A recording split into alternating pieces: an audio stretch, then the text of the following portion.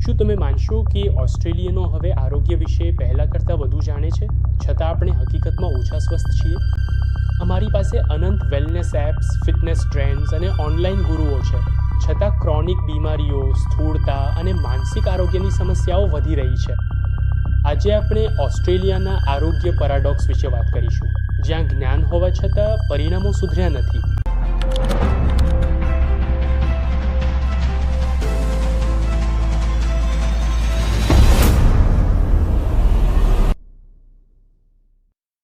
સ્વાગત છે. મારું નામ જેરી છે અને આ ચેનલ પર અમે સત્યને છાંટતા નથી, અમે અનસેન્સર્ડ મૂલ્ય આપીએ છીએ.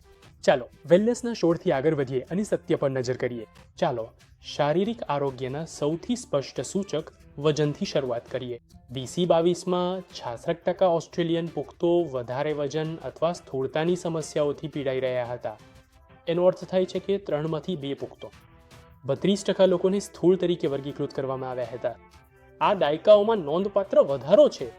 દર 4માં 1 બાળક અને કિશોર વધારે વજનવાળા હતા. ઓસ્ટ્રેલિયા હવે વધારે વજન અને સ્થૂળતામાં ઓઈસીડીના સરેરાશ કરતાં ઊંચા સ્થાને છે. જાહેર આરોગ્ય અભિયાનોએ દાયકાઓથી આપણને સારું ખાવા અને વધુ કસરત કરવા માટે કહ્યું છે. છતાં વિચાર કરો, લાખો પુખ્તો અને બાળકો એવી સ્થિતિમાં જીવી રહ્યા છે જે તેમને હૃદય રોગ, પ્રકાર 2 ડાયાબિટીસ, 30થી વધુ અન્ય દીર્ઘકાલીન રોગો અને વહેલી મોતનું જોખમ આપે છે. છતાં પણ લાખો લોકો ટિકટોક પર વેલનેસ ટ્રેન્ડ્સમાં સ્ક્રોલ કરે છે, મૂળભૂત બાબતો જેમ કે સાચું ખોરાક અને સાચી હલનચલન પર ધ્યાન આપવાને બદલે. હવે ચાલો મન તરફ વળીએ. માનસિક આરોગ્ય કોઈ નાની સમસ્યા નથી, એ તો દરેક જગ્યાએ છે. લગભગ 42% ઓસ્ટ્રેલિયન લોકો વય 16થી 85 વચ્ચેના પોતાના જીવનમાં ક્યારેક માનસિક વિકારનો અનુભવ કરી ચૂક્યા છે. કોઈક સમયે તેમના જીવનમાં છેલ્લા 12 મહિનામાં 21% લોકો પાસે માનસિક વિકાર હતો. એનો અર્થ એ છે કે લાખો ઓસ્ટ્રેલિયન હાલમાં માનસિક આરોગ્યની પરિસ્થિતિઓ સાથે સંઘર્ષ કરી રહ્યા છે. અને હવે મુખ્ય વાત સાંભળો, અમે અત્યાર સુધી ક્યારે માનસિક આરોગ્ય વિશે વાત કરી નથી, છતાં એ સતત વધી રહ્યું છે. ચલો હવે થોડી દૃષ્ટિ વિસ્તૃત કરીએ. 2022માં 10માંથી 8 ઓસ્ટ્રેલિયન પાસે ઓછામાં ઓછું એક લાંબા ગાળાનું આરોગ્ય સંબંધી રોગ હતું. દર 2માંથી 1ને પીઠના દુખાવા, સાંધાના રોગ અથવા માનસિક આરોગ્યના વિકાર જેવા ક્રોનિક રોગો હતા. આહાર બહુ ખરાબ છે. 94% ઓસ્ટ્રેલિયન પૂરતી શાકભાજી ખાતા નથી. ઘણા ઓસ્ટ્રેલિયન જાણે છે કે તેમને શું કરવું જોઈએ, પણ હકીકતમાં એ કરે નથી. હવે એ વિસંગત છે. આપણે પહેલા કરતાં વધુ માહિતી ધરાવીએ છીએ. અમે જાણીએ છીએ કે ઓછું ખાંડ ખાવું, વધુ હલનચલન કરવું, સારું ઊંઘવું અને માનસિક આરોગ્યને પ્રાથમિકતા આપવી જોઈએ, પણ વર્તન એ પ્રમાણે નથી બદલાતું.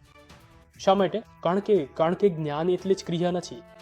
ઓસ્ટ્રેલિયામાં પણ દુનિયાની સૌથી વધુ અલ્ટ્રા પ્રોસેસ્ડ ખોરાકની ખપત છે, જે લગભગ આપણા રોજના આહારનો અડધો ભાગ છે. આ તો સ્થૂળતા અને લાંબા ગાળાના રોગો માટે એકદમ યોગ્ય છે. ઓસ્ટ્રેલિયામાં વેલનેસ ઉદ્યોગ હવે બાયોહેકિંગ રિટ્રીટ્સથી લઈને ભવ્ય પૂરક આહાર સુધી હજારો કરોડો ડોલરનું મૂલ્ય ધરાવે છે. પણ ઠંડા પાણીમાં ડૂબકી અને લાલ પ્રકાશ થેરાપી પર પૈસા ખર્ચવું એ જાહેર આરોગ્ય સુધારવા જેટલું જ છે? ના, તમે આરોગ્યનો દેખાવ ખરીદી શકો છો અને જીવવું પડે છે. સાચી વાત. ઓસ્ટ્રેલિયનો જાણે છે કે આરોગ્યવાન કેવી રીતે રહેવું, પણ અમે સાબિત કરી રહ્યા છીએ કે માત્ર જ્ઞાનથી કંઈ બદલાતું નથી. આરોગ્યવાળી આદતો અનુશાસનથી બને છે, ફક્ત ટ્રેન્ડથી નહીં. જો તમે ઓસ્ટ્રેલિયાના સામાજિક મુદ્દાઓ અને આવા વિષયો વિશે વધુ ઊંડાણથી જાણવા માંગતા હો તો ચોક્કસ રીતે સબસ્ક્રાઇબ કરો. કારણ કે સમસ્યા જાણવી પૂરતી નથી, અમે ઉકેલો જોઈએ છીએ.